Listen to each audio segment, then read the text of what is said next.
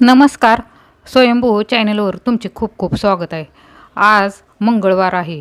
अशामध्येच काल भैरव जयंती आहे. ही कालाष्टमी खूप महत्त्वाची आहे. आपण या दिवशी कालभैरवांची पूजा अर्चा करणे फार गरजेचे असते.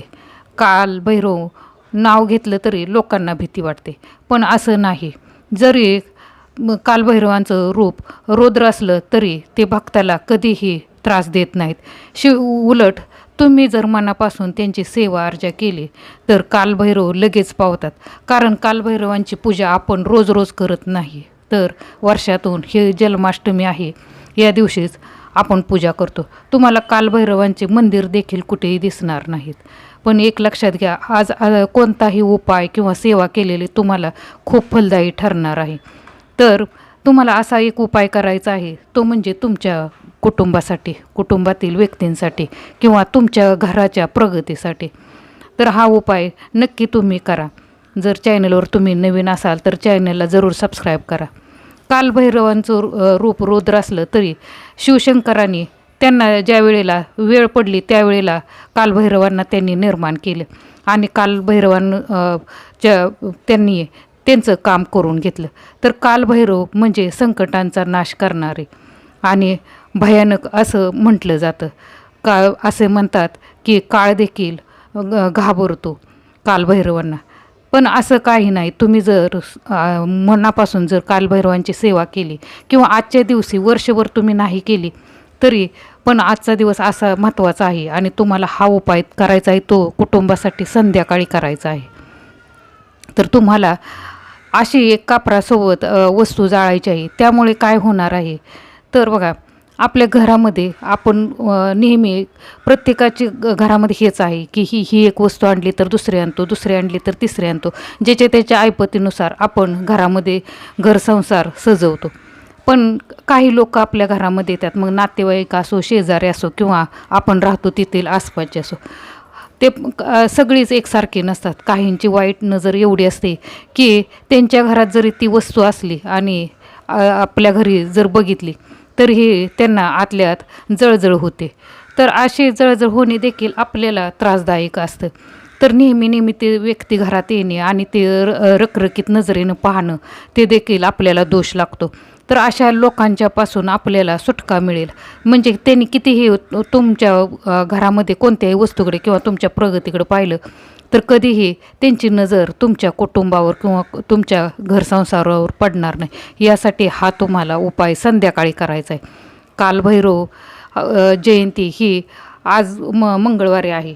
तशामध्ये रविवार आणि मंगळवारी जर कालाष्टमी जर आली तर शास्त्रात असं म्हटलेलं आहे की फार महत्त्वाचे कालभैरव जयंती आहे असे समजले जाते.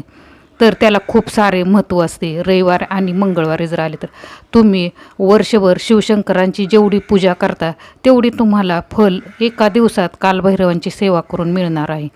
जर तुमच्या कुटुंबात असा त्रास असेल, प्रत्येकाला असतो, तुमच्याच असं नाही, सर्वांच्याच कुटुंबाला असं कोणी ना कोणी तर एकतरी व्यक्ती अशी जळपळणारी भेटतेच की आपल्या घरात असलेली वस्तू देखील समोरच्याकडे नसावी असे वाटत असते.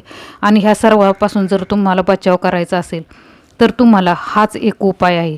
तर तुम्हाला संध्याकाळी 6:30 नंतर तुम्ही कधी 12पर्यंत हा उपाय करू शकता. तर तुम्हाला काय करायचं आहे बघा, भीमसेन कापराच्या तुम्हाला 7 वड्या घ्यायच्या आहेत. आणि जर तुमच्याकडे साधा असेल कापूर तरीही चालेल, पण तुम्ही शक्यतो बघा असे उपाय करायला किंवा घरामध्ये देखील भीमसेन कापूरच वापरत जावं. हाच एक पॉवरफुल कापूर समजला जातो आणि त्याची आपल्याला फल देखील लवकर मिळते. तर तुम्हाला या 7 वड्या घ्यायच्या आहेत. शिवाय गाईचे शुद्ध तूप घ्या आणि 3 वेलची हिरवी, 3 लवंगा घ्यायच्या आहेत. पिवळी किंवा काळी मोहरी, पिवळी असेल तर अतिशय चांगले. हे धार्मिक दुकानात तुम्हाला मिळून जाईल आणि आणून जर ठेवली तुम्ही तर तुम्हाला नंतर देखील तुम्हाला त्याचे उपाय करता येतात. शिवाय तुम्हाला काळे तीळ घ्यायचे आहेत चिमटभर. तर ह्या वस्तू तुम्ही घ्यायच्या आहेत आणि त्या 7 कापराच्या वड्या आहेत त्या तुम्हाला तुपामध्ये भिजत ठेवायच्या आहेत आणि एका प्लेटमध्ये तुम्हाला काढून घ्यायचे. आणि जर तुमच्याकडे कापूर जाळण्याचं जर भांडं असेल तर अतिशय उत्तम. त्यामध्ये तुम्ही त्या वड्या घ्या आणि त्यामध्ये 3 हिरवी वेलची, 3 लवंगा, परत पिवळी किंवा काळी मोहरी आणि काळे तीळ चिमूटभर तुम्ही जरूर त्याच्यामध्ये टाका. आणि ते तुम्ही काय करायचं आहे, प्रज्वलित करायचं आहे. 6:30 नंतर 12पर्यंत तुम्हाला हा उपाय करायचा आहे. आणि प्रज्वलित करून ते तुम्हाला सर्व घरभर पसरवायचा आहे. त्याचा धूर तुपात भिजवल्यामुळे धूर देखील खूप होईल आणि तुम्हाला तो सर्व आपल्या कानाकोपऱ्यात सगळ्या घरामध्ये तो फिरवायचा. आणि नंतर तुम्हाला काय करायचं आहे, दरवाजा आपला मुख्य उघडून दरवाजाच्या बाहेर ते तुम्हाला ठेवायचं आहे. आणि ती ठेवताना पण तुम्ही आत येता त्याची उजवी बाजू असावी. म्हणजे तुम्ही जर दरवाजात उभा राहिला तर तुमचा हात उजवा ज्या बाजूला येईल त्या बाजूला ते ठेवा. आणि पूर्ण जळेपर्यंत ते भांडं तुम्ही तिथेच ठेवा आणि तोपर्यंत दरवाजा बंद करू नका. दरवाजा तुम्ही उघडाच ठेवा. यामुळे काय होणार आहे, तर ही नकारात्मक ऊर्जा आहे ती घरातून बाहेर जाणार आहे. आणि तुम्ही वर्षभर तुमच्या घराकडे कितीही त्या व्यक्तीने जरी वाईट नजरेनं पाहिलं आणि जरी जळपळली तरीही तुमच्या कुटुंबावर किंवा तुमच्या प्रगतीवर कधीही त्यांचा असर होणार नाही. आणि हा उपाय तुम्ही आज केला तसाच तुम्ही जरी आठवणीनं तुम्ही नंतर देखील पुढच्या कालभैरव जयंती दिवशी केला तर तुम्हाला वर्षभर सुरक्षितता राहील.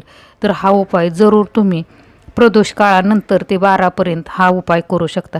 कुटुंबावर कधीही तुमच्या वाईट संकट येणार नाही.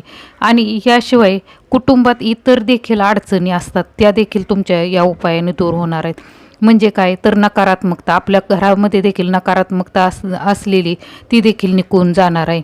जास्त दिवसाचा आजारपण असेल तरीही देखील तुमच्या घरातून ते काढता पाय घेणार आहे या उपायाने. आणि तुम्ही जर आजची सेवा इतर तुम्ही बाजूला ठेवून कालभैरवांची जरूर सेवा तुम्हाला जेवढी होता होईल एवढी तुम्ही जरूर करा. हा उपाय तर कराच करा. आणि तुम्हाला एखादा जर मंत्र येत असेल तर तो मंत्र देखील तुम्ही म्हणा. परत कालभैरव अष्टक म्हणा. तुम्हाला नित्यसेवेच्या पुस्तकामध्ये ते मिळून जाईल. तुम्हाला जेवढी होता होईल एवढी साधी आणि सोपी सेवा करायचा प्रयत्न करा. कालभैरव हे संकटनाशक आहेत.